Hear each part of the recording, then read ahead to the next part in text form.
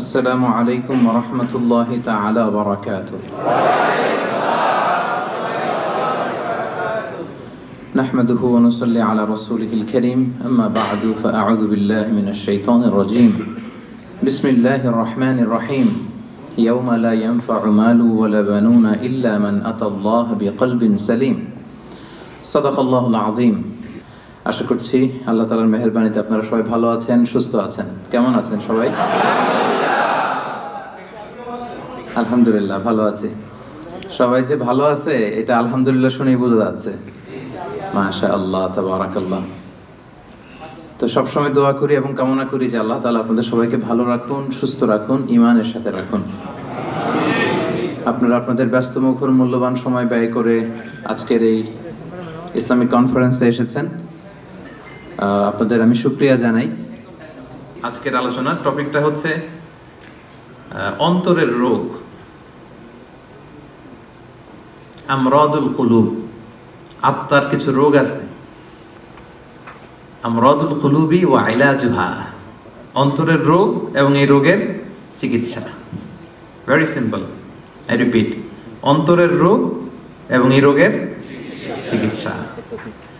আমরা চিকিৎসা করি, আমরা এক ধরনের ডাক্তার, তবে আমরা ওই যে অস্ত্রোপচার করি না, অপারেশন করি না, আমরা হচ্ছে আধ্যাত্মিক ডাক্তার।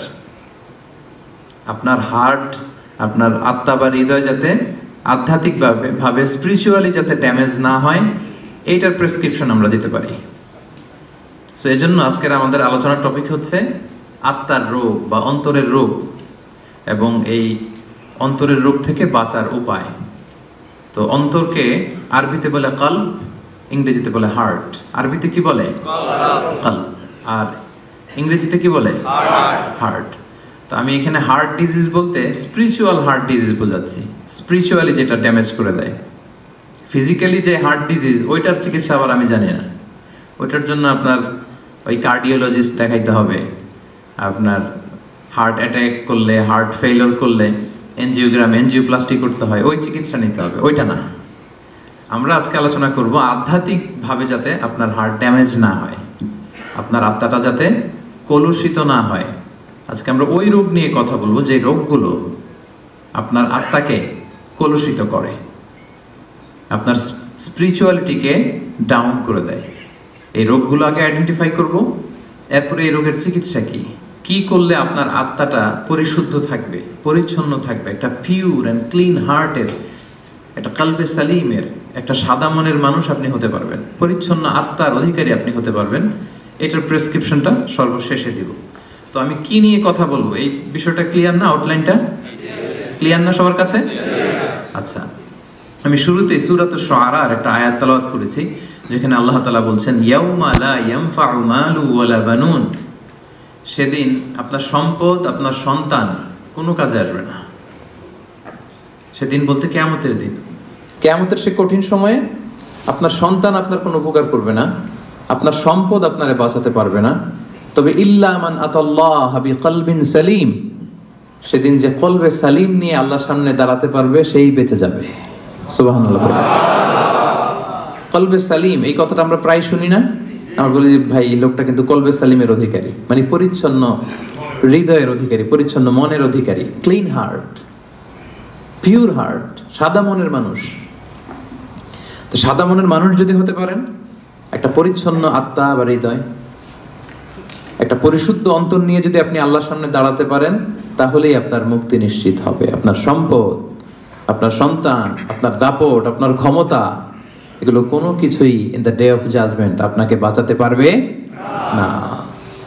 এর কারণ হচ্ছে আল্লাহর হাবিব সাল্লাল্লাহু আলাইহি ওয়াসাল্লাম খুব চমৎকার ভাবে বলেছেন যে ইন্নাল্লাহা লা ইয়ানজুরু ইলা সুওয়ারিকুম ওয়া আমওয়ালিকুম, কিয়ামতের দিন আল্লাহ তাআলা তোমাদের চেহারা দেখবেন না, কে কত সুন্দর, সাদা না কালো, উঁচু না লম্বা, বিউটিফুল না আগলি, এটা দেখবেন না। ওয়া আমওয়ালিকুম, কার কত সম্পদ ছিল এটাও দেখবেন না। ওয়ালাকি ইয়ানজুর ইলা কুলুবিকুম ওয়া আমালিকুম, বরং আল্লাহ তাআলা তোমাদের এই কলবটা দেখবেন। সেদিন আল্লাহ তাআলা কি দেখবেন? কলবটা দেখবেন, আপনার হৃদয়টা দেখবেন, এটা কলবে সালিম কিনা। ইল্লা মান আতাল্লাহ বিকলবিন সালিম, সেদিন আল্লাহর কাছে কলবে সালিম নিয়ে, পরিশুদ্ধ অন্তর নিয়ে, পরিচ্ছন্ন হৃদয় নিয়ে যে দাঁড়াতে পারবে, শুধু তার জন্যই নাজাত মিলে যাবে। তাহলে কিয়ামতের দিন আল্লাহ মানুষের চেহারা দেখেন না, সম্পদ দেখেন না, দেখেন কি? কলব, হৃদয়। কি দেখেন? হৃদয় দেখবেন। আরেকটা জিনিস দেখবেন, ওয়া আমালিকুম, আমল দেখবেন, তার হৃদয়টা কেমন, তার আমলটা কেমন ছিল। এবং আল্লাহর হাবিব সাল্লাল্লাহু আলাইহি ওয়াসাল্লাম বলেছেন যে আলা ওয়া ইন্না ফিল জাসাদি মুদগাহ ইযা সালাহাত সালাহাল জাসাদু কুল্লু ওয়া ইযা ফাসাদাত ফাসাদাল জাসাদু কুল্লু আলা ওয়া হিয়াল কলব। রাসূল সাল্লাল্লাহু আলাইহি ওয়াসাল্লাম বলেছেন, নিশ্চয়ই তোমাদের দেহের মধ্যে একটা গোশতের টুকরা আছে, এ পিস অফ ফ্ল্যাশ। ইযা সালাহাত সালাহাল জাসাদু কুল্লু, এই গোশতের টুকরাটা যদি ভালো হয়ে যায় পুরো দেহটা ভালো হয়ে যায়। আর এই গোশতের টুকরাটা যদি ড্যামেজ হয়ে যায় বা করাপ্ট হয়ে যায় পুরো দেহটা করাপ্ট হয়ে যায়। আল্লাহর হাবিব সাল্লাল্লাহু আলাইহি ওয়াসাল্লাম বললেন যে আলা ওয়া হিয়াল কলব, জেনে রেখো এটা হচ্ছে কলব বা হৃদয়। অবস্থান কোথায়? এই যে বাম স্তন, এই বাম দিকের লেফট ব্রেস্টের 2 আঙ্গুল নিচে এই পাশটাতে আমাদের কলবের অবস্থান। রাসূল সাল্লাল্লাহু আলাইহি ওয়াসাল্লাম বললেন এটা সবচেয়ে দামি অঙ্গ, এটা ভালো তো পুরো দেহ ভালো, এটা খারাপ পুরো দেহ খারাপ। তো এই জন্য এই গুরুত্বপূর্ণ যে অঙ্গটা, এটার পরিচর্যার দরকার আছে না নাই? হ্যাঁ, পরিচর্যার দরকার আছে না? আল্লামা ইবনু তাইমিয়া রাহিমাহুল্লাহ ওনার মাজমুআতুল ফাতাওয়াতে বলেছেন যে আল কলবু ওয়াল মালিক, এই কলবটা এটা হচ্ছে রাজার মতো, ওয়াল আ'দাউ জুনুদু, আর দেহের বাকি অঙ্গ প্রত্যঙ্গগুলো হচ্ছে এর সৈনিক। রাজা যদি ভালো হয় রাজার সৈনিকও ভালো হবে, রাজা যদি খারাপ হয় সৈনিকও খারাপ হবে। কলব যদি ভালো হয় ওই কলবের অধিকারী মানুষটাও ভালো হবে, কলব যদি খারাপ হয় ওই মানুষটাও খারাপ হবে। তাহলে আলোচনার এই পর্যায়ে আমরা বুঝতে পারলাম যে দেহের সবচাইতে দামি অঙ্গ কিন্তু আমার এই হার্ট, আমার হৃদয়। এইটারে নষ্ট হইতে দেয়া যাবে না, কি বলেন? এটারে কলুষিত হতে দেয়া যাবে না, এটার পরিচর্যা করতে হবে, এটা টেক কেয়ার করতে হবে। টেক কেয়ার করে পরিচর্যা করে এটাকে একটা পরিচ্ছন্ন পরিশুদ্ধ কলবে রূপান্তর করতে হবে। তো এটা যদি না হয় তাহলে হৃদয়টা নষ্ট হয়ে যাবে, এটা রোগাক্রান্ত হয়ে যাবে এবং এটা সবসময় পাপের দিকে ধাবিত হতে চাইবে। যার কল্প নষ্ট হয়ে গিয়েছে, হৃদয় নষ্ট হয়ে গিয়েছে, এর কাছে ভালো জিনিস ভালো লাগে না।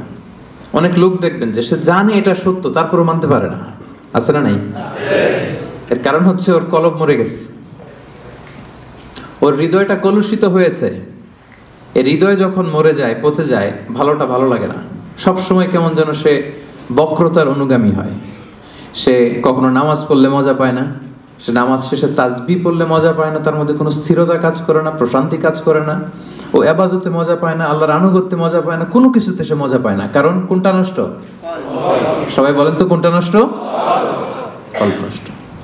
এজন্য আল্লাহ তাআলা বলেছেন লাহুম কুলুবুল লা ইয়াফকাহুনা বিহা, অনেকের কলব আছে কিন্তু এটা দিয়ে এরা বুঝে না, হৃদয়ঙ্গম করে না, অনুধাবন করে না। কলব আছে কিন্তু এটা মরে গিয়েছে, এটা নষ্ট হয়ে গিয়েছে। এজন্য এটাকে পিউরিফাই করতে হবে। এটা এত দামি অঙ্গ, এত গুরুত্বপূর্ণ অঙ্গ যে রাসূলুল্লাহ সাল্লাল্লাহু আলাইহি ওয়াসাল্লামের জীবনী ঘাটলে আমরা দেখতে পাই যে রাসূল সাল্লাল্লাহু আলাইহি ওয়াসাল্লামকে কিন্তু জীবনে কয়েকবার সিনা চাক করানো হয়েছিল। নাম শুনছেন না? শাক্কুস সাদর বলে আরবিতে, সিনা চাক। ছোটবেলায় করা হয়েছিল, মেরাজে যাওয়ার আগে করা হয়েছিল। ফেরেশতারা এসে রাসূল সাল্লাল্লাহু আলাইহি ওয়াসাল্লামের গলার নিচ থেকে নাভি পর্যন্ত ছিঁড়ে ফেলেছিল, ওপেন হার্ট সার্জারি। খুলে এই কলবটা বের করেছে, করে জমজমের পানি দিয়ে ধৌত করেছে। আল্লাহু আকবার। এবং ঈমান দিয়ে, হিকমত দিয়ে পরিপূর্ণ করে ফেরেশতারা আবার কলবটাকে এই জায়গায় রেখে আবার ফিক্স করে দিয়েছে। আল্লাহু আকবার। দেখেন এটা যে দামি অঙ্গ, প্রমাণ পাচ্ছেন তো? খোদ রাসূলুল্লাহ সাল্লাল্লাহু আলাইহি ওয়াসাল্লামের আত্মাটা, এই কলবটা যেন পরিচ্ছন্ন থাকে, পরিশুদ্ধ থাকে, কলবে সালিম যাতে থাকে, যেহেতু গোটা উম্মার গুরু দায়িত্ব তিনি পালন করবেন। 2 বার ওপেন হার্ট সার্জারি করে কলব বের করে জমজমের পানি দিয়ে ধৌত করে আবার ফিক্স করা হয়েছে। তো এখন কি মনে হয়, এটা অঙ্গটা দামি নাকি দামি না? কম দামি না বেশি দামি? ক্লিয়ার না? একেবারে একেবারে ক্লিয়ার। আচ্ছা, লেটস মুভ অন। তাহলে এই যে দামি অঙ্গটা, এটার পরিচর্যা আমাদের করতে হবে যদি কলবে সালিমের অধিকারী আমাদের হতে হয়। কিন্তু কিছু রোগ আছে যে রোগগুলো আমার এই দামি অঙ্গটারে ড্যামেজ করে দেয়, কলুষিত করে, নোংরা করে দেয়, ডাউন করে দেয়। আস্তে আস্তে এটা আর জীবিত থাকে না, এটা মৃত অন্তর হয়ে যায়, কিছু ভালো লাগে না এদের। দেখতে কিন্তু সুস্থ, দেখতে কি একেবারে সুস্থ, কিন্তু ইসলামের কথা বললেই গায়ে জ্বালা আছে না নাই? পাবেন।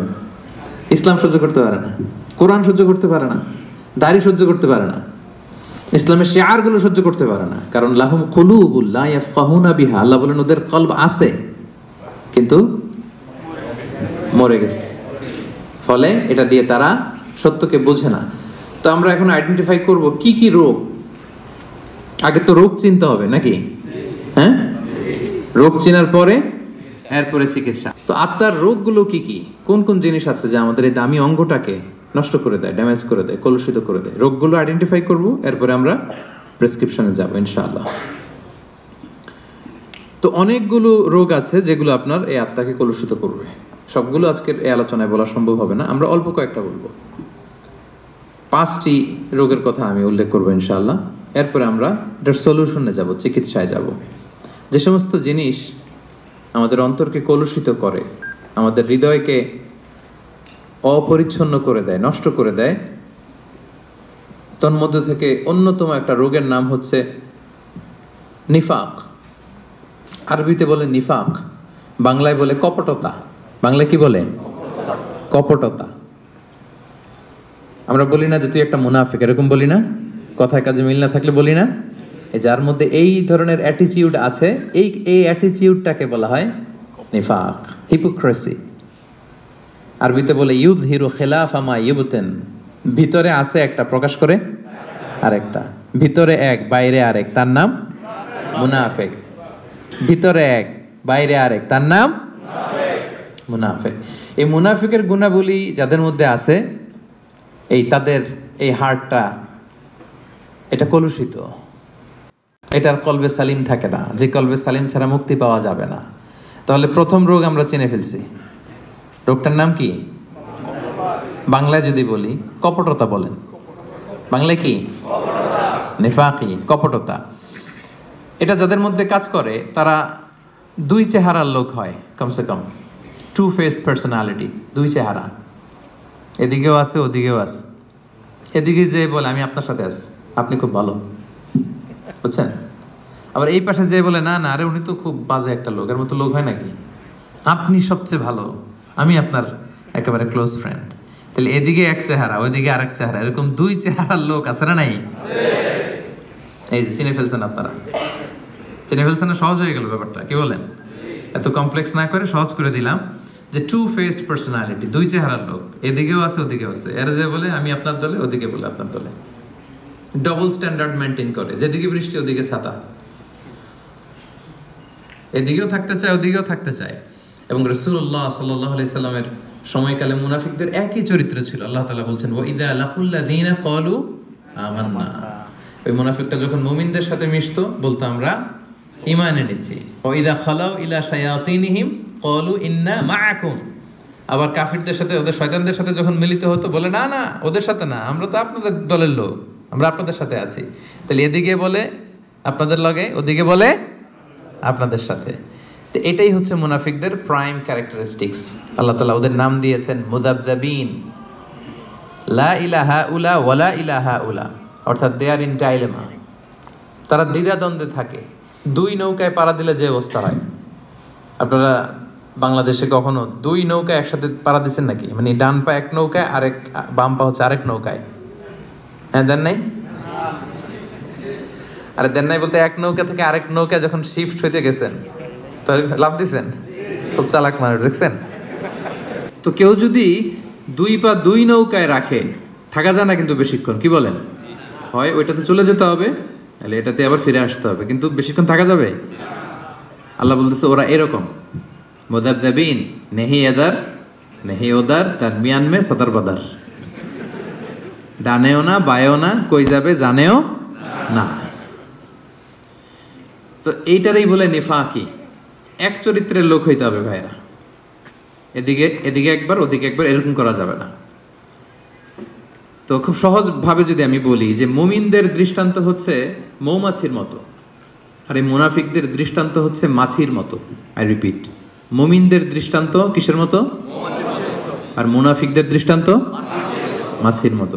মৌমাছি কিন্তু সব জায়গায় বসে না, মৌমাছি সুন্দর সুন্দর জায়গায় বসে, ফুলের উপর যেয়ে বসে, সুঘ্রাণ আছে যেখানে, হ্যাঁ ওখানে যেয়ে বসে, ফ্লাওয়ার নেকটার যেগুলো পুষ্পরস টেনে নিয়ে আসে ওদিকে বসবে। মাছি শুধু ভালো জায়গায় বসে না, সে ফুলের উপর বসে, সে খাবারের উপর বসে, টয়লেটের দরজা খোলা থাকলে ওদিক যেও বসে, ঠিক কিনা? টয়লেটের ভিতরে যায়, ময়লার উপরে যেও বসে। তো মুনাফিকদের দৃষ্টান্ত এরকম, এরা সব জায়গায়, এরা ভালো খারাপ বাছ বিচার করতে জানে না। কিন্তু বিশ্বাসীরা কি সব জায়গায় যায়? কথা বলেন না। তারাই যে এরকম সেপিয়া সিটি কনভেনশন সেন্টার, এই যে একটা দিনই হালাকা, কি মজা পাচ্ছি না আমরা? এই মুমিনরা এরকম পবিত্র জায়গায় আসে। তাহলে মুমিনদের দৃষ্টান্ত হচ্ছে তারা মৌমাছির মতো, আর মুনাফিকদের দৃষ্টান্ত হচ্ছে তারা মাছির মতো। আল্লাহ রাসূল সাল্লাল্লাহু আলাইহি ওয়াসাল্লাম ব্যাপারটাকে আরো সহজ করে দিয়েছেন আপনাদের জন্য, আরো ইজি। তিনি বলেছেন আয়াতুল মুনাফিকি সালাস, মুনাফিক চিনবা তিনটা জিনিস দেখে। রাসূল সাল্লাল্লাহু আলাইহি ওয়াসাল্লাম আরো সহজ করে দিচ্ছেন আইডেন্টিফাই করবার জন্য। আমরা তো এখন আল্ট্রাসাউন্ড, এমআরআই এটা করে এরপরে রাসূল সাল্লাল্লাহু আলাইহি ওয়াসাল্লাম দেখেন বলে দিচ্ছে কিভাবে চিনবা তোমার মধ্যে নেফাকি আছে কিনা। তিনি বলেছেন মুনাফিকদের এক নম্বর বৈশিষ্ট্য হচ্ছে ইদা হাদ্দাসা কাযাবা, কথা বললেই মিথ্যা বলে। কথা বললে কি বলে? আচ্ছা, একটা পাওয়া গেল। ওয়া ইদা ওয়াআদা আখলাফা, প্রমিস দিয়ে রাখে না, কথা দিয়ে কথা রাখে না। ওয়া ইদা তুমিনা খানা, আমানতের খেয়ানত করে। সহজ হয়ে গেছে না এখন? এবার একটু মিলায় নেন, খুব বেশি খুশি হওয়ার কিছু নাই। আমাদের মধ্যেও থাকতে পারে এরকম ঝামেলা, কি বলেন? মানে অনেকে খুব হাসিতে খুশিতে গদগদ না, সবসময় আলোচনাগুলো নিজের সাথে মিলাইতে হবে, যে আমি মাঝে মাঝে মিথ্যা বলে ফেলি কিনা, আমি মাঝে মাঝে প্রমিস দিয়ে ব্রেক করি কিনা, আমি আবার আমানতের খেয়ানত করে ফেললাম কিনা। এরকম ভয় থাকার দরকার আছে না নাই? হ্যাঁ, নিজের সাথে মিলাইতে হবে, নিজেকে বারবার জাজমেন্ট করতে হবে, নিজের সাথে নিজের বোঝাপড়া করতে হবে। তাহলে এখন আরো সহজ হয়ে গেল আইডেন্টিফাই করা। কথা বললে মিথ্যা বলে, কথা দিয়ে রাখে না, আমানতের কি করে? খেয়ানত করে। তো এই গুণগুলো যদি কারোর মধ্যে থাকে, আল্লাহ পাক বললেন ফি কুলুবিহিম মারাদ, ক্লিয়ার, একেবারে স্পষ্ট যে এদের অন্তরে রোগ ধরেছে, এদের অন্তরে রোগ বাসা বেঁধেছে। আপনার অন্তর রোগ আক্রান্ত, এই বিষয়গুলো যদি থাকে, মিথ্যা বলা, কথা দিয়ে কথা না রাখা, আমানতের খেয়ানত করা, যদি দেখেন যে আমাদের মধ্যে এগুলো আছে, বুঝবেন যে আস্তে আস্তে কিন্তু ড্যামেজ করে ফেলতেছে এই দামি অঙ্গটাকে, ড্যামেজ হয়ে যাচ্ছে। এবং এই মুনাফিকদের অবস্থান হবে জাহান্নামে একেবারে অতল গহ্বরে। ইন্নাল মুনাফিকিনা ফি দারকিল আসফালি মিনান নার ওয়া লান তাজিদ লাহু নাসীরা, তারা জাহান্নামের একেবারে অতল গহ্বরে থাকবে, তলদেশে থাকবে, এদেরকে বাঁচানোর সেদিন কেউ থাকবে না। তাহলে এক নম্বর রোগ আজকে আমরা এই কনভেনশন থেকে চিনে গেলাম, যেটা আমার আত্মারে নষ্ট করে দেয়। রোগটার নাম কি? মুনাফিকি, নিফাক। নিফাক বাংলায় কপটতা। বাংলায় একটু বলেন, বাংলায় কি? কপটতা। তাহলে ইজি হয়ে গেছে না? চিনছেন না সবাই? এটা যেন আমাদের হৃদয়ে বাসা বাঁধতে না পারে, ট্রাই করতে হবে, তাহলে কিন্তু অন্তর ড্যামেজ হয়ে যাবে। তাহলে এক নম্বর রোগ চিনলাম। দুই নম্বর রোগের দিকে চলে যাই। দুই নম্বর রোগের নাম হচ্ছে, দুই নম্বরে গেছি কিন্তু আমি কিন্তু শেষের দিকে জিজ্ঞেস করব যে বলেন কয়টা, কি কি মনে থাকবে তো? দুই নম্বর রোগের নাম হচ্ছে আল খিবের। আল খিবের বাংলায় বলে অহংকার। বাংলায় কি বলে? ইংরেজিতে বলে অ্যারোগ্যান্স, আর বাংলায় বলে অহংকার। আলহামদুলিল্লাহ আমাদের এখানে কারো এটা নাই। হ্যাঁ, দেখছেন, আমি বাঁচাই দিতে চাই আর এরা বলে, এরা আরো ভেজালে জড়ায় যাচ্ছে, কে আছে। আল কিবের অহংকার, ইংরেজিতে অ্যারোগ্যান্স বলে, অথবা ইগো। অনেকে দেখবেন ইগোর চোটে কথাই বলতে পারে না। আমি কোন হনুরে বলেন এরকম? হ্যাঁ, আমি কোন হনুরে, এর পাই মাটিতে নামতে চায় না, কথাই বলতে চায় না। বুঝতে পারছেন? রাসূল সাল্লাল্লাহু আলাইহি ওয়াসাল্লাম এটার সংজ্ঞা দেখেন। রাসূল সাল্লাল্লাহু আলাইহি ওয়াসাল্লাম আইডেন্টিফাই করা আমাদের জন্য এত সহজ করে দিয়েছেন যে অহংকার কাকে বলে, কিবির কাকে বলে। রাসূল সাল্লাল্লাহু আলাইহি ওয়াসাল্লাম বলেছেন আল কিবিরু বাতারুল হাক্কি ওয়া গামতুন নাস। অহংকার হচ্ছে সত্যকে প্রত্যাখ্যান করা, নিজেকে বড় মনে করে, জানি এটা সত্য, মানবো না। ওয়া গামতুন নাস, মানুষকে তুচ্ছ জ্ঞান করা, এটা হচ্ছে অহংকার। এই অহংকার যার মধ্যে আছে এর হৃদয়টা কুরে কুরে খেয়ে হৃদয়টা শেষই করে ফেলবে, ড্যামেজ করে দিবে, একেবারে কলুষিত করে দিবে। কলবে সালিম তো দূর কি বাত। এজন্য এই অহংকার থেকে বেঁচে থাকতে হবে। কখনো বলা যাবে না আমি বড়। কি বলা যাবে না? এটা বলা যাবে? তো বললেন যে আমি বলছি এজন্য, মানে এটা বলা যাবে না এজন্য আমরা বলছি, তাই না? যে এই জিনিসটা বলা যাবে না, আমি বড় এটা বলা যাবে না। না, আমি বড় না। নিজে যাকে বড় বলে বড় সে নয়, লোকে যাকে বড় বলে বড় সে হয়। দেখেন বিষ্ণু ইসলাম কত বড় ফিলোসোফার। উনি নিজে দোয়ার মধ্যে এটা বলতেন, আল্লাহুম্মা জাআলনি সাবুরা ওয়া জাআলনি শাকুরা ওয়া জাআলনি ফি আইনি সাগীরা ওয়া ফি আ'য়ুনিন নাসি কাবীরা। আল্লাহ আমাকে ধৈর্যশীল বানান, আল্লাহ আমাকে শুকরগুজার বানান, আল্লাহ আমার চোখে আমারে ছোট বানান, আল্লাহ মানুষের চোখে আপনি আমারে বড় বানান। সুবহানাল্লাহ। এজন্য মানুষের চোখে যদি বড় হইতে চান, বড় যদি হতে চাও ছোট হও তবে। কি সুন্দর কথা আমরা ছোটবেলা শিখছি, অহংকার পতনের। দেখছেন এই যে খনার বচনগুলো, এগুলো কিন্তু এমনি এমনি না, অসাধারণ শিক্ষা কিন্তু আমাদেরকে দেয়া হয়েছে সে আদিকাল থেকে, আমরা মানি না আমরা। তাহলে 2 নাম্বার রোগ আমরা আরো সহজে চিনে যাচ্ছি, যে নিজেকে বড় বলে কখনো বলা যাবে না, নেভার। আমি বড় এটা বলছেন তো মরছেন, আমি বড় এটা বলা যাবে। আমি বড় এটা সর্বপ্রথম বলছিল হচ্ছে ইবলিস। কে বলছিল? ইবলিস। আল্লাহ বললেন সেজদা দাও, কি বললেন? সব ফেরেশতাদের বললেন সেজদা দাও, সবাই সেজদায় লুটিয়ে পড়লো। সেজদা দেয় নাই একজন, কে? ইবলিস। কেন দেয় নাই? আল্লাহ বললেন সেজদা দিলি না কেন? কয় আমি বড়। কি বলে? আমরা বলতে পারবো না এই কারণে, কারণ এটা বলছিল কে? ইবলিস। ওই ইবলিসের দল যে করবে, ইবলিসের ফলোয়ার যারা হতে চায়, তার অনুসারী যারা হতে চায়, এরা বলে আমি বড়, ঠিক কি না? আর নবীদের অনুসারী যারা, এরা বলে ফি আইনি সাগীরা ও ফি আ'য়ুনিন নাসি কাবীরা। আল্লাহ আমার চোখে আমার ছোট বানান, আল্লাহ মানুষের চোখে আমার বড় বানান। আল্লাহ বললেন কি রে সেজদা দিলি না কেন? সেজদা দিলি না কেন? তো ইবলিস বলতে আরম্ভ করলো আনা খায়রুম মিনহু। সে আল্লাহর সাথে এখন ডিবেট করতেছে, সে যুক্তি দিচ্ছে, সে বলে যে আনা খায়রুম মিনহু, দেই না এই কারণে, কারণ আমি ওর চেয়ে শ্রেষ্ঠ, এটাই তো আমি বড়। কি বলেন? ইবলিস বলতেছে আনা খায়রুম মিনহু, সেজদা দেই নাই কারণ আমি আদমের চেয়ে শ্রেষ্ঠ। খলাকতাহু মিন নার, খলাকতানি মিন নার, আপনি আমাকে সৃষ্টি করেছেন আগুন থেকে, ওয়া খলাকতাহু মিন তিন, আর ওকে সৃষ্টি করেছেন মাটি থেকে। আগুনের ধর্ম হচ্ছে দাউ দাউ করে লেলিহান শিখা উপরের দিকে ওঠে, আগুন ঊর্ধ্বগামী, আর মাটির একটা ঢিলা ফেলে দেন ধপাস করে নিচে পড়ে, মাটি নিম্নগামী। সে দেখেন যুক্তি খাটাইছে, সো ঊর্ধ্বগামী কোনো জিনিস নিম্নগামী কোনো জিনিসের সামনে মাথা নোয়াতে পারে না। ওই যে আমি বড়। আল্লাহ তাআলা বললেন ফখরুজ মিনহা, এই জান্নাত থেকে বের হয়ে যা, এই জান্নাত তোর জন্য আমি চিরকালের জন্য হারাম করে দিলাম। মালউন, সে মালউন, চির অভিশপ্ত। তো ইবলিসের ফলোয়ার যারা হতে চায় তারা বলে আমি বড়, আর নবীদের অনুসারী যারা হতে চায় তারা কি বলে? ফি আইনি সাগীরা ওয়া ফি আ'য়ুনিন নাসি কাবীরা। আল্লাহ আমার চোখে আমার ছোট বানান, মানুষের চোখে আল্লাহ আপনি আমারে বড় বানান। তাহলে এই যে অহংকার, এইটাকে কখনো অ্যালাউ করা যাবে না। এই অহংকার করলেই আপনার এই অন্তরটা ড্যামেজ হয়ে যাবে। সব সময় কায়মনোবাক্যে আল্লাহর কাছে বলবেন, আল্লাহ অহংকারের খাঁচা থেকে মুক্ত করো তুমি আমায় প্রভু হয়ে। হে আল্লাহ, অহংকারের খাঁচা থেকে তুমি আমারে বাঁচাও। অহংকার যেন আমাকে ধরতে না পারে, আমাকে যেন স্পর্শ করতে না পারে। এই দোয়াটা করা যাবে না।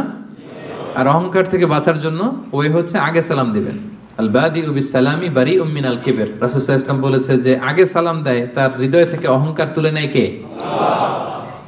আদম আলাইহিস সালামকে সৃষ্টির পরে আল্লাহ বলেছেন সাল্লিম আলা উলাইকান নাফার, আদম সেজদা দাও, সালাম দাও। ওহুম নাফারুম মিনাল মালাইকাতি জুলুস, এরা ছিল ফেরেশতাদের মধ্যে থেকে বসা একটা দল। দেখেন আদম আলাইহিস সালামের অন্তরে যেন এই অ্যারোগ্যান্স, এই কিবের, অহংকার, ইগো যেন গ্রো করতে না পারে। সৃষ্টির পরে আল্লাহ আদমকে বলে নাই আদম আমার সেজদা দাও, আদম জিকির করো। বলেছিল কি আদম কি করো? সালাম দাও। কারণ আল বাদিউ বিসসালামি বারিউম মিনাল কিবর, আগে আগে যে সালাম দেয় তার হৃদয়ে কখনো অহংকার থাকে না। এটা পারা যাবে? আগে আগে সালাম দেওয়া যাবে? বন্ধু বন্ধুকে দিবেন, স্বামী স্ত্রীকে দিবেন, স্ত্রী স্বামীকে দিবে, ছেলে মেয়ে বাবা মাকে দিবে, বাবা মা ছেলে মেয়েকে দিবে, বড় ছোটদের দিবে, ছোট বড়দের দিবে। নট নেসেসারি যে ওরা জুনিয়র আমি সিনিয়র সো আমি সালামের জন্য ওয়েট করব, ওরা দিবে না, আপনি আগে দিবেন। কারণ আগে দিলেই আপনার হৃদয় থেকে অহংকার তুলে নিবে কে? আল্লাহ। এবং আল্লাহর হাবিব সাল্লাল্লাহু আলাইহি ওয়াসাল্লাম বলেছেন যে লা ইয়াদখুলুল জান্নাতা মান কানা ফি কলবিহি হাববাতু খারদালিন মিন কিবর। যার অন্তরে জাররা পরিমাণ, সরিষার দানা পরিমাণ অহংকার যার অন্তরে থাকে, সে কখনো আল্লাহর জান্নাতে প্রবেশ করবে না। এর কারণ কি জানেন? কারণ হাদিসে কুদসিতে আল্লাহ তাআলা বলেছেন, এর কারণ হচ্ছে আল কিবরিয়া ও রিদাই। আল্লাহ বলে অহংকার আমার চাদর। অহংকার কি? আমার চাদর। আমি একটা চাদর পরে আছি, আপনি ধরে পিছন থেকে টান দিলেন, মেনে নেওয়া যায়। আল্লাহর গায়ের চাদর ধরে যদি টান দেন আপনি, এটা কত বড় বেয়াদবি কল্পনা করতে পারেন আপনি? যারা নিজেকে বড় মনে করতেছেন, বা আমরা যারা নিজেদেরকে বড় মনে করি, আমি বড়, আমি বেশি জানি, আমি ওর চেয়ে শ্রেষ্ঠ, আমি সুপিরিয়র, আমি আমি যারা করে, এরা বেসিকলি আল্লাহ তাআলার চাদর ধরে টান দেয়। নাউজুবিল্লাহ পড়বেন না? কি আছে আপনার অহংকার করার? কি আছে? হাল আতা আলাল ইনসানি হিনুম মিনাদ দাহরি লাম ইয়াকুন শাইআম মাযকুরা। একটা সময় ছিল উল্লেখ করার মতো আমরা কিছুই ছিলাম না। ছোট্ট একটা শুক্রাণু, মাইক্রোস্কোপ ছাড়া দেখাও যায় না। বাবার পিঠ থেকে মায়ের জরায়ুতে যেয়ে বসলাম, 9 মাসে একটু একটু করে বড় হয়ে দুনিয়াতে আসলাম। আসার সাথে সাথে ওয়া কাপড় নাই, চোপড় নাই, কিচ্ছু নাই, উলঙ্গ, নেকেড। কিছু খেতেও পারি না, দিলে এদিক দিয়ে বের হয়ে যায়। একেবারে ছোট্ট নিউবর্ন বেবিরে খাওয়াইতে দেখছেন, সুজি ঢুকানো যায় না মুখে। প্রত্যেকের ঘটছে এটা। যেখানে রাখছে পেশাব পায়খানা করে সয়লাভ, কেউ বাকি নাই। আমরা এরকম সবার একই হিস্ট্রি, ঠিক কিনা? পেশাব যেখানে বসা ওইখানে পেশাব পায়খানা। বসা শিখতে কয়েক মাস লাগে, জানেন আপনারা? ছোট বাচ্চা একটা বসাই দিলে এদিকে পড়ে যায়, ওদিকে পড়ে যায়, বালিশ দিয়ে ঠেকনা দিয়ে ওরা বসাইতে হয়। বসা শিখতে লাগে ওর কয়েক মাস। দাঁড়াতে শিখতে ওর 1 বছর লেগে যায়। বড় হওয়ার পরে 5 দিনের জ্বর হইলে এই চেহারা আর থাকে না। এই চেহারার যে গ্লেস, নাদুস নুদুস, আপনি ওই কি বলে কোভিড যাদের হয়েছে, কাশতে কাশতে কি অবস্থা দেখছেন? এই যে চেহারার হালত দেখছেন? ডায়রিয়া যদি হয় 5 বার 6 বার 7 বার টয়লেটে গেলে ওর দিকে আর তাকানোই যায় না। আমি নাই তো তুই নাই কেন? তুই না অনেক বড়, আমি বড়? তুই না এতদিন বলছিলি আমি বড়? 5 বার 6 বার টয়লেটে হইলে, টয়লেটে গেলে কাঁধে ভর দিয়ে আর একবার টয়লেটে যাওয়া লাগে।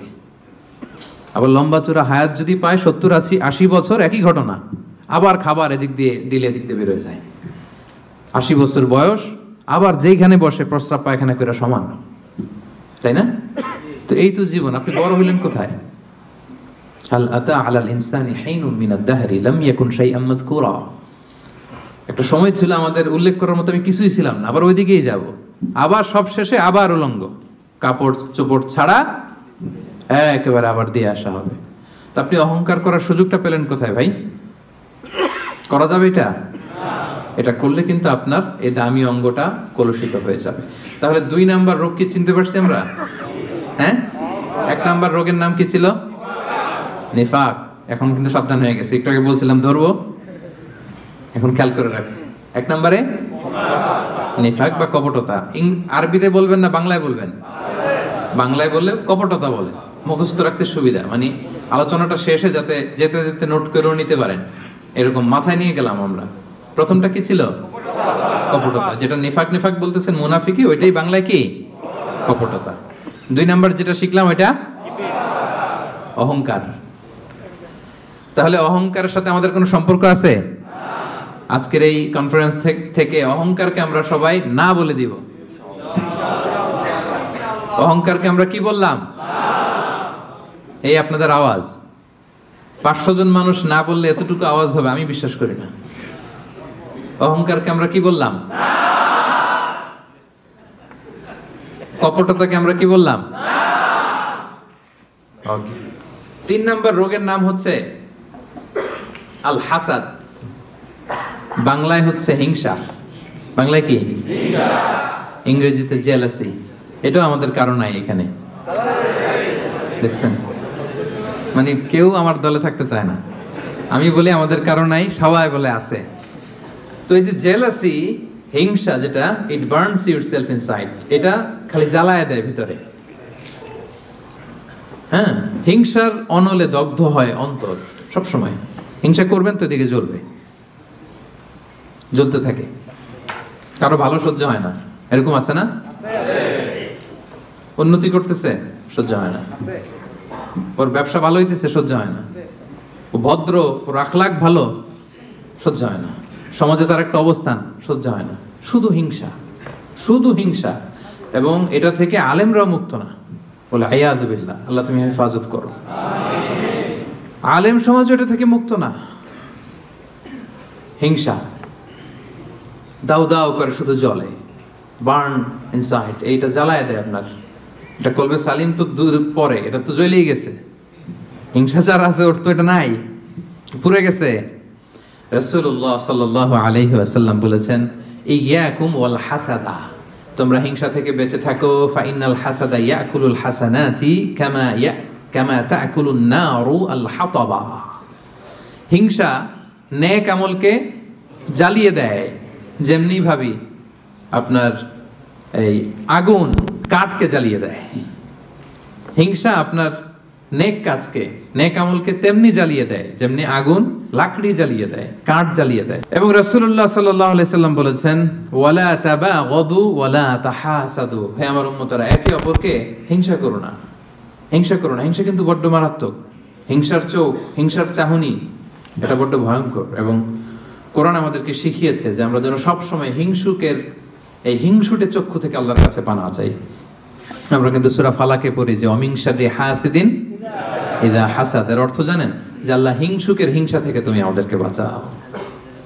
কিন্তু দুঃখজনক হলেও সত্য, আমরা আমাদের জীবনের একটা লম্বা সময় হিংসা করতে করতে পার করে দিই। কি করতে করতে? হিংসা। আল্লাহর দেয়া আমাদের জন্য সবচাইতে বড় নিয়ামত হচ্ছে সময়। সবচেয়ে বড় নিয়ামত কি? এই দামি সময়টা অন্যের পিছনে হিংসা করতে করতেই আমরা পার করে দিই। এবার একটা লজিক্যাল কথা বলি, খেয়াল করে শুনবেন। কান দুটো খরগোশের কানের মতো খাড়া করে আমার দিকে শুনেন। হিংসা করলে লাভ না লস? কি লাভ আমাদের হিংসা করলে? কি লাভ? লেটস সে আমাদের আজকের প্রথম আলোচক আমাদের নাহিদ হাসান ভাই খুব ভালো আলোচনা করে, খুব ভালো পয়সার মালিক, খালি উন্নতি, খালি সফলতা। এখন আমি যদি ওনারে হিংসা করি, ওনার এই সফলতা কমবে? পজিশন উত্তর দিয়েন, কমবে? তো নাহিদ হাসান ভাই শুধু উন্নতি করে, আমি যদি হিংসা করি নাহিদ ভাইয়ের উন্নতি তো থেমে যাবে সাথে সাথেই। হ্যাঁ, থামবে না? থামবে না। আচ্ছা, আমি যদি নাহিদ ভাইয়ের হিংসা করি, আমার তো অনেক উন্নতি হয়ে যাবে, তাই না? তাহলে দেখেন, যদি হিংসা করলে, যারে হিংসা করি ওর যদি লস হইতো, করলাম হিংসা, কি বলেন? দেখাই দিলাম ওরে, তাই না? আমি হিংসা করলে যদি নাহিদ ভাইয়ের একটু ডাউন হইতো, লস হইতো, তাইলে না হিংসা করতাম, কারণ আমি হিংসা করলেই খালি ডাউন। আজকে একটু বেশি করে হিংসা করছি, কালকে পড়ে গেছে, আর খোঁজ খবর নাই, ব্যবসায় লস, যেদিকে যায় ওদিকেই সমস্যা। তো এইটা হয় না। আবার আমি যদি হিংসা করি, আমি অনেক আগায় যাচ্ছি, এইটাও হয় না। তো লাভটা কি? একটা লাভ আছে, এদিকে জলে খালি, এদিকে কি খালি জলে, এই একটা লাভ আছে। আসলে যদি হিংসা করলে ওনার লস হইতো, নামাইতে পারতাম, যেহেতু পছন্দ করি না, হিংসা করতাম সারা দিন রাত, 24 ঘন্টা, 24/7, কি বলেন? আবার হিংসা করলে আমার শুধু ডেভেলপ হচ্ছে, সারা দিন রাত হিংসা, কি বলেন? এরও নামাইতে পারি না, আমিও উঠতে পারি না, মাঝখান দিয়ে খালি জলে। তো এই হিংসা করে লাভ আছে? লাভ যেটা আছে ওটা শুনেন, অন্যের সফলতা এনজয় করেন, অন্যের সফলতাকে এনজয় করার মানসিকতা অর্জন করুন, তার জন্য দোয়া করেন। দোয়া করলে লাভ আছে। কি লাভ? নাহিদ ভাই সফল, আমি বললাম আল্লাহ আমার ভাই নাহিদ ভাইকে তুমি, আল্লাহ তুমি আরো সফল বানাও। ফেরেশতারা বলে ওয়ালাকা বিমিসলিন, মানে তুমি যে দোয়াটা করছো এই দোয়াটা তোমার জন্য আল্লাহ আগে কবুল করে নিক। মানে নাহিদ ভাইয়ের জন্য আমি যেই দোয়া করলাম, এটা নাহিদ ভাইয়ের জন্য কবুল হওয়ার আগে ফেরেশতাদের দোয়া আমার জন্য এটা কবুল হয়ে গেছে। সুবহানাল্লাহ, এত আস্তে লাভ হয়েছে না অনেক? আপনার ভাইয়ের শুধু সফলতা, আল্লাহ আমার ভাইয়ের আরো সফল বানাও, ও এ প্লাস পাইছে, আল্লাহ ওরে আরো মেধা দাও, আল্লাহ তুমি আরো বরকত দাও। এই যা বললাম ফেরেশতারা বলে ওয়ালাকা বিমিসলিন, আল্লাহ এ তার ভাইয়ের জন্য যে দোয়াটা করলো, এই দোয়াটা আগে ভালো দোয়াটা তার জন্য তুমি কবুল করে নাও। লাভ না লস? সবাই বলেন। তাহলে কি করবেন? দোয়া করবেন। হিংসা করব আজকে থেকে আমরা? করবেন? অন্যের সফলতাকে আমরা এনজয় করব, দোয়া করব। আর একটা কাজ করতে পারেন, তার মতো হওয়ার চেষ্টা করতে পারেন। নাহিদ ভাইয়ের মতো হওয়ার ট্রাই করব, কম্পিট করব, ওনার সাথে প্রতিযোগিতা করব। ভালো কাজে প্রতিযোগিতা, এটা জায়েজ। ভালো কাজে প্রতিযোগিতা জায়েজ। আমি আরো ভালো করব, আমি নাহিদ ভাইয়ের কাছ থেকে শিখে কম্পিট করব। পারলে ওনারা ছাড়ায় যাব, কোনো সমস্যা নেই। পারলে নাহিদ ভাইকে ছাড়ায় যাব, এত সমস্যা নেই। তাহলে দোয়া করব যে ভালো করতেছে কিভাবে ভালো করে এটা শিখে কম্পিট করব, প্রতিযোগিতা করে পারলে ওনারা ছাড়ায় যাব। কারণ ভালো কাজে প্রতিযোগিতাতে কোনো সমস্যা নাই। কিন্তু করব না কোনটা? সবাই বলতে হবে আওয়াজ করে, করব না কোনটা? হিংসা। তাহলে 3 নাম্বার রোগ চিনে গেছেন? হ্যাঁ, চিনছেন? তাইলে হিংসাকেও আজকের প্রোগ্রাম থেকে আমরা না বলে দিব। হিংসাকে আমরা কি বললাম? না। তাহলে প্রথম রোগ কি ছিল? কপটতা। 2 নাম্বার রোগ অহংকার। 3 number okay, moving on. 4 number রোগের নাম হচ্ছে আর রিয়া, যেটা আত্মাকে ড্যামেজ করে দেয়, কলবকে ড্যামেজ করে দেয়। রিয়া মানে লোক দেখানো মানসিকতা, শো অফ মেন্টালিটি। এটা নাই কারণ।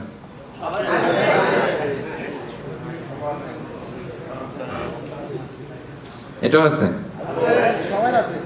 তো এই যে শো অফ মেন্টালিটি, প্রিয় ভাইরা, সম্মানিত ভাইরা, খেয়াল করে শুনেন, আর বেশি সময় নেবেন, অল্প কয়েক মিনিট। সব সময় এদিকে তাকায় থাকে, তাহলে বুঝতে পারবেন, রিসিভ করতে পারবেন। এই শো অফ করার মেন্টালিটি, এটা বড্ড ভয়ঙ্কর। লৌকিকতা, লোক দেখানো মানসিকতা, এবং সোশ্যাল মিডিয়ার কারণে এই ব্যাপারটা আরো ভয়ঙ্কর হয়ে গিয়েছে। নানা কারণে ভালো কাজগুলো শেয়ার করতে হয়, বিভিন্ন ইভেন্ট শেয়ার করতে হয়, কিন্তু জায়গাটা বড্ড পিচ্ছিল। যদি আল্লাহকে দেখাতে না চেয়ে মানুষকে দেখাতে চাওয়া হয়, ওইটা আল্লাহ কবুল করে না। এটা ভয়ঙ্কর। সুনানে ইবনু মাজার হাদিস, সাহাবারা দাজ্জালকে নিয়ে ভয় পাচ্ছিলেন, দাজ্জালের আলোচনা করতেছিলেন। রাসূল সাল্লাল্লাহু আলাইহি ওয়াসাল্লাম আসলেন, এসে বললেন, আমি কি তোমাদেরকে দাজ্জালের চাইতে বড় একটা ফিতনার কথা বলবো না? সাহাবারা বললেন, বলা ইয়া রাসূলুল্লাহ, বলেন। আল্লাহ রাসূল সাল্লাল্লাহু আলাইহি ওয়াসাল্লাম বললেন, সেটার নাম হচ্ছে আশিরক আল খাফি, গোপন শিরক, মানে রিয়া, লোক দেখানো মানসিকতাকে রাসূলুল্লাহ সাল্লাল্লাহু আলাইহি ওয়াসাল্লাম বলেছেন গোপন শিরক। কারণ আমরা ভালো কাজ যাই করি, দেখাবো একজনকে, আওয়াজ করে বলতে হবে তিনি কে? তা আল্লাহরে দেখাইতে না আছে, আপনি মানুষকে দেখাইলেন, তো আল্লাহর যাকে মানুষকে বসাইছেন না, শিরক হয়ে গেছে। তবে এটা শিরকে আকবার না, শিরকে আসগার বা শিরকে খাফি, হাদিসে এসেছে। তো রাসূল সাল্লাল্লাহু আলাইহি ওয়াসাল্লাম বললেন, দাজ্জালের চাইতে ভয়ঙ্কর ফিতনা হচ্ছে শিরকে খাফি। সেটা কেমন? আইয়াকুমার রাজুলু ইউসাল্লি, আল্লাহু আকবার, নামাজে দাঁড়াইছে, ফায়ুযায়্যিনু সালাতাহু, খুব সুন্দরভাবে নামাজ পড়তেছে, লম্বা রুকু, লম্বা সাজদা, লম্বা কিয়াম, এত আস্তে আস্তে নামাজ পড়ে। উদ্দেশ্য কি? ফায়ুযায়্যিনু সালাতাহু লিমা ইয়ারা মিন নাযারি রাজুল, যাতে লোকজনের নজর কাড়া যায়। আসলে নামাজে মুসাল্লায় দাঁড়াই কার নজর কাটতে? আল্লাহ। কথা বুঝতেছেন? একজনের নজর কাটতে আমরা দাঁড়াই মুসাল্লাতে, তিনি কে? আল্লাহ। ওইটা না, আমারে সবাই একটু বুজুর্গ, লম্বা সময় একটু থাকলাম, লম্বা সময় রুকু করলাম, এটা করতে হবে। কিন্তু ইন্টেনশন যদি হয় যে আমারে সবাই বুজুর্গ বলবে, আমারে সবাই মুসল্লি বলবে, আমারে সবাই মুত্তাকি বলবে, সব শেষ। আল্লাযীনা হুম ইউরাউন, যারা এই লোক দেখানোর জন্য নামাজ পড়ে, রাসূল সাল্লাল্লাহু আলাইহি ওয়াসাল্লাম বলেছেন তাদের ধ্বংস। ফাওয়াইলুল লিল মুসাল্লিন, এই নামাজ আল্লাহর কাছে কবুল হবে না। রাসূল সাল্লাল্লাহু আলাইহি ওয়াসাল্লাম বলেছেন, ইন্না আখওয়াফা মা আখাফা আলাইকুম আশিরকুল আসগার, সবচেয়ে ভয় পাই তোমাদের ব্যাপারে শিরকে আসগার। সেটা কি? আর রিয়া, লোক দেখানো মানসিকতা, বড্ড ভয়ঙ্কর। সম্মানিত ভাইরা, নামাজ পড়ে মুসল্লি বলবে, দান করতেছে এই উদ্দেশ্যে যে আমার দানবীর বলবে, হজে যাচ্ছে যেন আলহাজ বলে, আলহাজ কি বলে? এই আলহাজের ওয়াজ করতে করতে আমি শেষ। মানসিকতাটাই এটা, মানে কবে আলহাজ হবো, কবে আমার মাইক থেকে বলবে আলহাজ অমুক। লিখে নেন এই হজ কবুল হয় নাই, লিখে দিব আমি, কারণ আপনি তো আল্লাহ সন্তোষের জন্য করেন নাই। একটা গল্প শুনেছি এরকম, পুরান ঢাকার এক লোক ওই হজের ফরজ তাওয়াফটা যেদিন 10 জিলহজ 4টা চক্কর দিয়ে খুব ক্লান্ত হয়ে গেছে, তো মেয়ে ফোন দিছে, কয় মা একটু পরে কথা কইতেছি, আর মাত্র 3টা দিয়ে মাগার আলহাজ হয়ে যেতেছি, আর মাত্র 3টা বাকি, 3টা দিলে আলহাজ হয়ে যাবো আমি। মানে বলতেছে মা তুই এখন ফোন দিস না আমারে, একটু অপেক্ষা কর, আর 3টা দিলেই আলহাজ হয়ে গেলাম। তো উনি আলহাজ হয়ে গেছে, 4 তাওয়াফ দিয়া রেস্ট নিয়া বলছে আর একটু পরে ফোন দে, আর 3টা দিলে কি এই যে আলহাজ। আরেকটা গল্প শুনেছি এরকম, হজ করে এসে এলাকার দোকানে বাকি খায়, তো যে বলতেছে এই বাকি খাতাটা বের করতো, টালি খাতাটা বের করছে, তো দোকানদার বেচারা মহা খুশি, ভাবছে মনে হজ করে আসছে, আর এই দেনা পাওনা ঋণ টিন মনে হয় আর রাখতে চায় না। তো সে বলছে কলম নাই তোর দোকানে? কাজ। তো টালি খাতা নিয়ে ওর নাম ধরেন যে সদরউদ্দিন, তো সদরউদ্দিনের আগে বানান করে লিখতেছে আলহাজ, আলহাজ লেখে টালি খাতা দিয়ে আবার চলে গেছে। দোকানদার বেচারা তো বেগু, কি ঘটনা কি? আমি বললাম হস্টেস করে আসছে আর দানা পাওনা ঋণ এইসবগুলো রাখতে চায় না, খালেস মনের হয়ে গেছে। তো ও দোকানের টালি খাতা বের করছে যে ওই জায়গায়ও যে আমার নামটা আছে ওইটা আলখাস থাকতে হবে, লিখে দিলাম, এই হজ কবুল হয় নাকি। আর রিয়া, লোক দেখানো মানসিকতা। এবং রাসূলুল্লাহ সাল্লাল্লাহু আলাইহি সাল্লাম একটা ভয়ঙ্কর হাদিস বলেছেন, এই হাদিসটা যতবার পড়ি থরথর করে আত্মাটা কাঁপে। কিয়ামতের দিন আল্লাহ তাআলা অনেক শহীদকে বলবেন তুমি জাহান্নামে যাবে। সে বলবে আল্লাহ আমি জাহান্নামে যাব, আমি তো রক্ত দিয়েছি তোমার জন্য, লিইলাই কালিমাতিল্লাহ, আমার দেহের তাজা রক্ত দিয়ে আমি শহীদ হয়েছি, জানাজা ছাড়া আমার দাফন হয়েছে, আমি তো জান্নাতে যাব। আল্লাহ বলবে না, তুমি শহীদ হয়েছো এই কারণে যে লোকজন তোমাকে বীর বলবে, বীর বাহাদুর। তো দুনিয়াতে তো তোমারে বাহাদুর বলছে, তো তোমারে বিশাল যোদ্ধা ছিল, বাহাদুর ছিল, খেতাব তো তুমি পেয়েছো, আমার কাছে কিচ্ছু নেই, জাহান্নামে যাও, go to the hell fire. অনেক দানশীলকে আল্লাহ বলবে জাহান্নামে যাও। সে বলবে আল্লাহ আমি জাহান্নামে যাব, আমি তো মসজিদ, মাদ্রাসা, এতিমখানা, বৃদ্ধাশ্রম এমন কিছু নাই যে বাকি রাখছি, শত শত মসজিদ আমি করেছি, আমি কেন জাহান্নামে যাব? আল্লাহ বলবে না, তুমি দান করেছিলে এই জন্য যে লোকজন তোমারে দানশীল বলবে, দানবীর বলবে, হাতেম তাই বলবে, ওইটা তো তোমাকে বলা হয়েছে, জাহান্নামে যাও, আমার কাছে কি চাও? Go to the hell fire. সেদিন আল্লাহ তাআলা অনেক আলেমকে ডাকবেন, অনেক দাঈদেরকে ডাকবেন, অনেক দুআত ইলাল্লাহদের তিনি ডাকবেন। Because of Allah, we are ready. Because of Allah, we are ready. Because of Allah, we are ready. সেদিন অনেক দুআত ইলাল্লাহদেরকে ডেকে আল্লাহ বলবেন যে তুমিও জাহান্নামে যাবে। সে বলবে আল্লাহ কেন? আমি মানুষকে কোরআন শিখিয়েছি, আমি মানুষকে হাদিস শিখিয়েছি, আমার কথা শুনে অনেক নামাজ ধরেছে, আমার কথা শুনে অনেকে দাড়ি রেখেছে, আগে সুদ খেত, আমার কথা শুনে সুদ বন্ধ করেছে, আমার কথা শুনে তো আল্লাহ এরা নামাজি হয়ে গিয়েছে। দ্য এন্টায়ার সোসাইটি সুদ বন্ধ করেছে, নামাজ ধরেছে, তারা ফরজ যাকাত দিত, আল্লাহ আমি কেন জাহান্নামে যাব? আল্লাহ বলবেন তুমি এই দাওয়াতি কাজ করেছো, লোকজন তোমাকে বড় আলেম বলবে, লোকজন তোমাকে বড় সেলিব্রিটি বলবে, লোকজন তোমার নামে তাকবীর দিবে, তোমাকে বড় আলেম বলবে, বড় দাঈ বলবে। এটা তো বলা হতো তোমাকে দুনিয়াতে, আল্লামা বলে ডাকা হতো তোমাকে, বাহরুল উলুম বলা হতো তোমাকে, জ্ঞানের সাগর, অনেক বড় দাঈ, অনেক বড় সেলিব্রিটি তোমাকে বলা হতো এই দুনিয়াতে। তো যা চেয়েছো তা তো পেয়েছো, আমার কাছে কি চাও? আমার কাছে তোমার জন্য কিছু নাই, go to the hell fire, তুমিও জাহান্নামে যাও। আল্লাহ ওইরকম আলেম হওয়া থেকে আমাদেরকে তুমি বাঁচাও, ওইরকম দাঈ হওয়া থেকে তুমি আমাদেরকে বাঁচাও। আল্লাহ লোক দেখানো মানসিকতা, এই সব থেকে আল্লাহ তুমি আমাদেরকে হেফাজত করো। তাহলে 4 নম্বর যে রোগ আমরা চিনে ফেলছি না, এটার নাম কি? রিয়া। নামাজ পড়তেছি, মানুষ আমার এই বড় মুসল্লি বলে। হজ করে আসছি, যেন আমার নামের আগে আলহাজ লাগায়। জাকাত দিচ্ছি, জাকাতের শাড়ি লুঙ্গি দানবীর শিল্পপতি, এটা যেন বলে। জেহাদের ময়দানে গিয়েছি, ইসলামের জন্য মিছিল দিচ্ছি, যাতে মিডিয়াতে আমাকে সবার আগে দেখা যায়।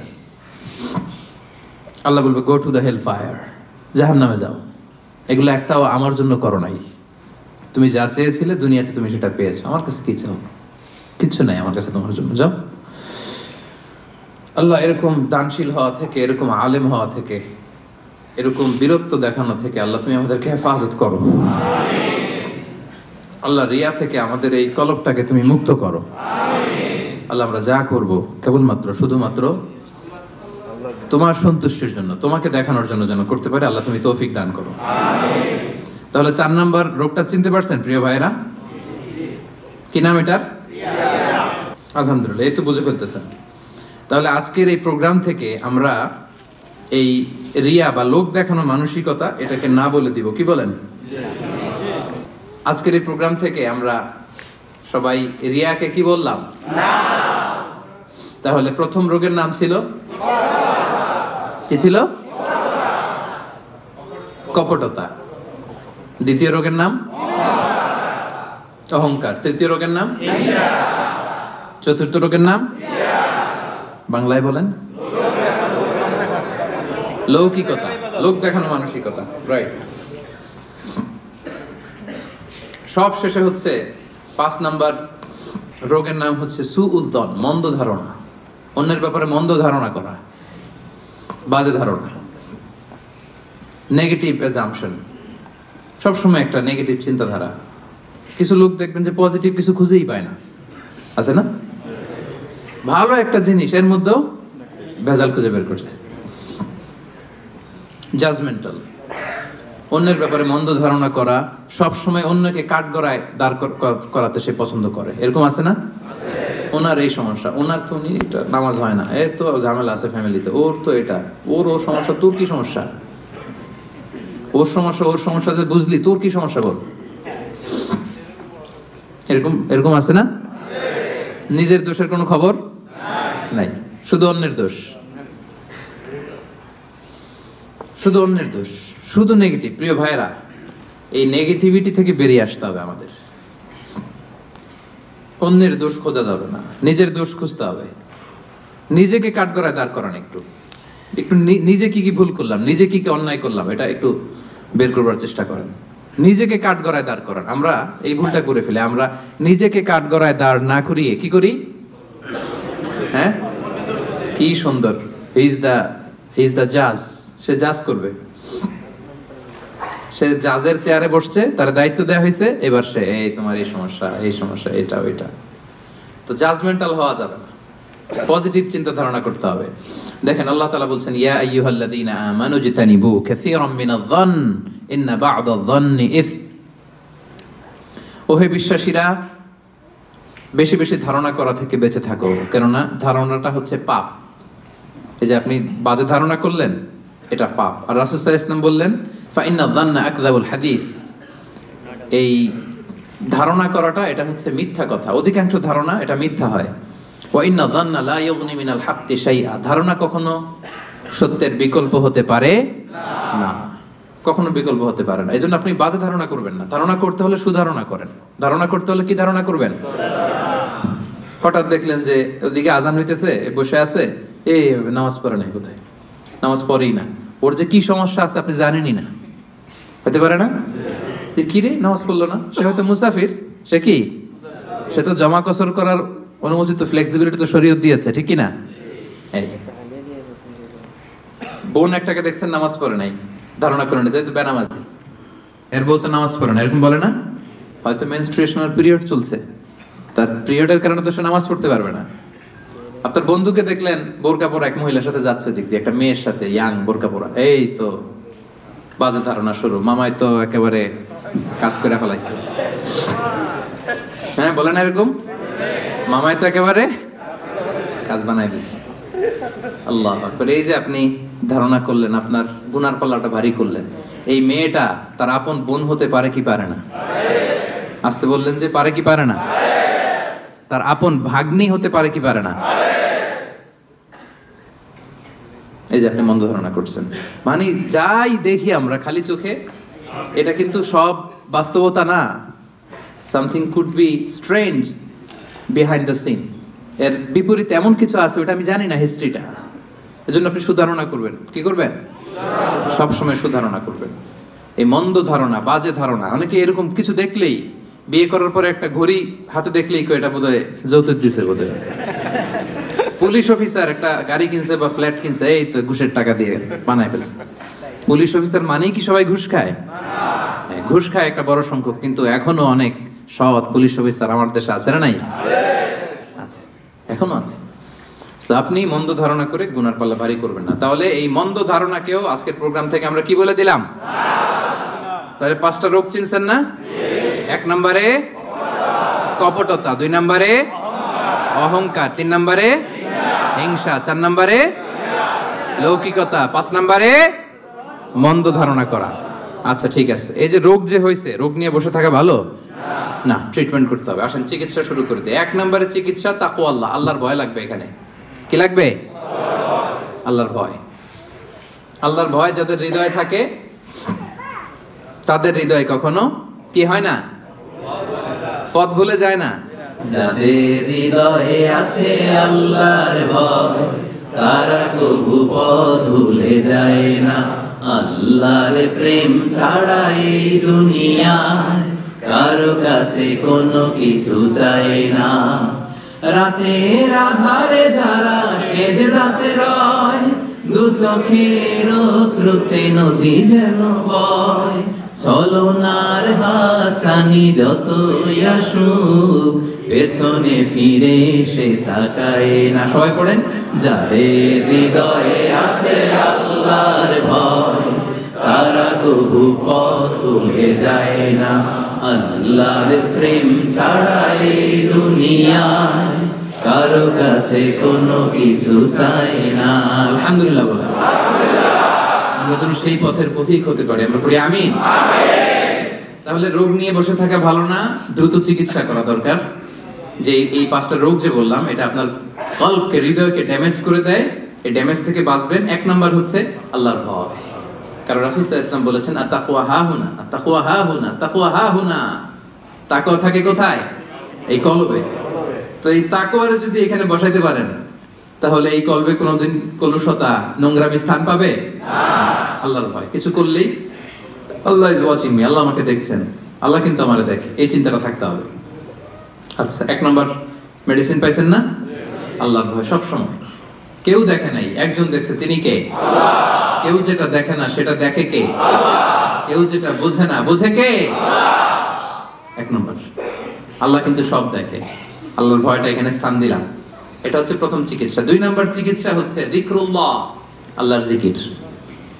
আল্লাহর জিকির, সুবহানাল্লাহ, আলহামদুলিল্লাহ, লা ইলাহা ইল্লাল্লাহ, আল্লাহু আকবার। এই 4টা জিকির শ্রেষ্ঠ জিকির। পড়েন আওয়াজ করে, সুবহানাল্লাহ, আলহামদুলিল্লাহ, লা ইলাহা ইল্লাল্লাহ, আল্লাহু আকবার।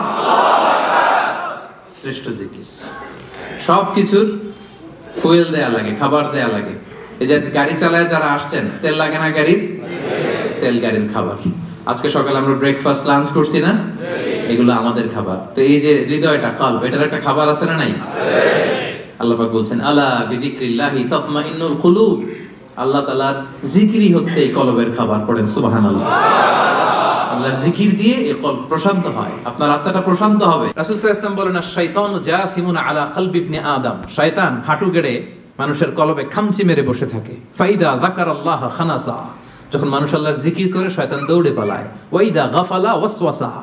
আর গাফেল হলেই এসে আবার ওয়াসওয়াসা শুরু করে। তাহলে সব সময় আমরা জিকির করতে থাকবো। লা ইয়াজালু লিসানুকা রাতাবাম মিন যিকরিল্লাহ। আল্লাহ রাসূল সাল্লাল্লাহু আলাইহি ওয়াসাল্লাম বলেছেন, 1 মুহূর্তের জন্য যেন তোমার জিহ্বাটা আল্লাহর জিকির থেকে খালি না থাকে। এটা আল্লাহর জিকির দিয়ে জিহ্বাটাকে সিক্ত রাখো। তাহলে এই কলবের খোরাক হচ্ছে জিকির। কলবের খোরাক কি? কলবে কি বসাতে হবে? আল্লাহর জিকির। নাকি আয়না বসাইবেন? হ্যাঁ, আয়না বসাইয়া দেব না। কি বসাবো আমরা? কি বসাবো? 3 নাম্বার মেডিসিন হচ্ছে মুহাসাবাতুন নাফস, সেলফ অ্যাসেসমেন্ট, সেলফ ক্রিটিসিজম। নিজের সাথে নিজের বোঝাপড়া, নিজের সাথে নিজের এই বোঝাপড়া করলে কিন্তু আত্মা ঠিক থাকে। এক সাহাবী বলে, ইয়া রাসূলুল্লাহ, কোনটা পাপ কোনটা ভালো বুঝবো কেমনে? রাসূল বলে, ফতুয়া আমারে জিজ্ঞেস না করে তোমার কলবকে জিজ্ঞেস করো। ইস্তাফতি কলবাক, অন্তরকে জিজ্ঞেস করো, তোমার অন্তরে বলে দিবে কোনটা ভালো কোনটা খারাপ, ঠিক কি না? তো তাহলে এই সেলফ অ্যাসেসমেন্টটা করবেন। 4 number medicine sincere advice, well wishing. সব সময় অন্যের জন্য ভালো কামনা করা। অন্যের জন্য কি কামনা করা? ভালো কামনা করা। শুভ কামনা করলে এই অন্তরে কখনো অহংকার, হিংসা এগুলো থাকবে না। আর দিন ওয়ান নাসিহা, দিন মানে শুভ কামনা। তাহলে আমরা অন্যের জন্য সবসময় শুভ কামনা করব। পারা যাবে? 5 নাম্বার এতিমের মাথায় হাত বুলিয়ে দিবেন। এক সাহাবী বলে, ইয়া রাসূলুল্লাহ, আমার চোখ দিয়ে পানি নামে না, আমার হৃদয় বড্ড শক্ত, কি করব? রাসূল সাল্লাল্লাহু আলাইহি ওয়াসাল্লাম বললেন, ইরহামিল ইয়াতীম, এতিমের প্রতি রহম করো। ওয়ামসা রাসা, এতিমের মাথায় হাত বুলিয়ে দাও। ওয়া আতঈম মিন তাআমি, তোমার খাবার থেকে ওরেও খাওয়াও। তালিনু কলবুক ওয়া তুদরাকু হাজাতুক, তোমার হৃদয় নরম হবে, তোমার ইচ্ছা পূরণ হবে। সুবহানাল্লাহ। দেখেন, যাদের কলব শক্ত নরম হয় না, এতিমখানায় যাবেন, ওদের সাথে একটু খাবেন। একসাথে লাঞ্চ করলেন, সবাই খাওয়ালেন, লাঞ্চ করলেন, এতিমের মাথায় হাত বুলিয়ে দিলেন। এতিমদের সাথে বসলে খাইলে হৃদয় নরম করে দিবে কে? আল্লাহ। 6 নাম্বার তওবা ইস্তেগফার করা। প্রতি মুহূর্তেই পড়া আস্তাগফিরুল্লাহ। কি পড়বেন? আস্তাগফিরুল্লাহ। কাল্লা বাল রানা আলা কুলুবিহিম মা কানু ইয়াকসিবুন। মানুষ যখন পাপ করে, রানা আলা কুলুবিহিম, ওর কলবের ভিতরে দাগ পড়ে যায়, মরিচা পড়ে। সুনানে তিরমিজিতে এসেছে যে কানাত নুকতাতুন সাওদা ফিল কলবি, একটা পাপ করছেন, একটা ব্ল্যাক ডট, আরেকটা পাপ, আরেকটা ব্ল্যাক ডট, আরেকটা পাপ, আরেকটা ব্ল্যাক ডট। পড়তে পড়তে পড়তে এই সুন্দর কলবটা কুচকুচে কালো হয়ে যায়। এরপর আর ভালো জিনিস ভালো লাগে না, সত্য মানতে মন চায় না। তো এই পাপ করার পরে যখনই সম্বিত ফিরে পাবেন, যখনই আপনি আল্লাহর কাছে ফিরে আসবেন, আপনি করবেন আস্তাগফিরুল্লাহ। কি করবেন? একবার আস্তাগফিরুল্লাহ, একটা ডট উঠে যাবে, আরেকবার আস্তাগফিরুল্লাহ, একটা ডট উঠে যাবে। করতে করতে পুরো হৃদয়টা পরিচ্ছন্ন হয়ে যাবে। তাহলে ভুল করলে আমরা ফিরে যাব কার কাছে? আল্লাহর কাছে। আর কি পড়বো? আস্তাগফিরুল্লাহ। শেষ কথা বলি, সর্বশেষ মাধ্যম হচ্ছে দোয়া করা। সব কিছুর কারিশমা যেখানে শেষ, দোয়ার কারিশমা ঠিক সেখান থেকে শুরু। একটা দোয়া আছে কোরআনের দোয়া, রব্বানা লা তুজিগ কুলুবানা বা'দা ইয হাদাইতানা ওয়া হাব লানা মিন লাদুনকা রাহমা ইন্নাকা আনতাল ওয়াহ্হাব। হে আমাদের রব, আমাদেরকে হেদায়েত দেওয়ার পরে আমাদের কলবটারে আল্লাহ আপনি বক্র করে দিয়েন না, বক্রতার অনুগামী আপনি বানিয়েন না। আল্লাহ হেদায়েতের উপরে আমাদেরকে অটল রাখেন। এই দোয়াটা মুখস্থ আছে না? এটা করবেন। আম্মা জান উম্মে সালামা, প্রিয় নবী সাল্লাল্লাহু আলাইহি ওয়াসাল্লামের স্ত্রী, আমাদের আম্মা জান, ওনাকে এক সাহাবী যায় বলে, ইয়া রাসূলুল্লাহ, হে আম্মা জান, আল্লাহ রাসূল সাল্লাল্লাহু আলাইহি ওয়াসাল্লাম যখন আপনার বাসায় থাকতো, কোন দোয়াটা সবচেয়ে বেশি পড়তো আমাদেরকে একটু বলেন। একটু বলেন না, কোন দোয়াটা বেশি পড়তো? তিনি বললেন, আমার ঘরে রাসূলুল্লাহ সাল্লাল্লাহু আলাইহি ওয়াসাল্লাম যখন থাকতেন, তিনি সবচেয়ে বেশি এই দোয়াটা পড়তেন, ইয়া মুকাল্লিবাল কুলুব সাব্বিত কলবি আলা দীনিক। অর্থাৎ, হে অন্তরের পরিবর্তনকারী, আমার অন্তরটাকে দ্বীনের উপরে আপনি সাবিত রাখেন, দ্বীনের উপরে আপনি সাবিত রাখেন। হে অন্তরের পরিবর্তনকারী, সাব্বিত কলবি আলা দীনিক, আমার কলবটা আপনার দ্বীনের সাথে, ইসলামের সাথে আপনি লাগিয়ে রাখেন। আওয়াজ করে পড়েন আমিন। আমিন। উম্মে সালামা রাদিয়াল্লাহু তাআলা আনহার ঘরে যখন রাসূল সাল্লাল্লাহু আলাইহি ওয়াসাল্লাম থাকতেন, এই দোয়াটা সবচেয়ে বেশি পড়তেন। আমার সাথে সাথে আওয়াজ করে পড়েন, ইয়া মুকাল্লিবাল কুলুব সাব্বিত কলবি আলা দীনিক, ইয়া মুকাল্লিবাল কুলুব সাব্বিত কলবি আলা দীনিক। হে অন্তরের পরিবর্তনকারী, আমার অন্তরটাকে আপনার দ্বীনের উপর অটল রাখুন। আওয়াজ করে পড়েন আমিন। পারা যাবে না এই দোয়াটা পড়া? পারা যাবে? 5টা রোগ আমরা চিনতে পারছি, যে 5টা রোগ আমাদের হৃদয়কে ড্যামেজ করে দেয়। চেনা গেছে?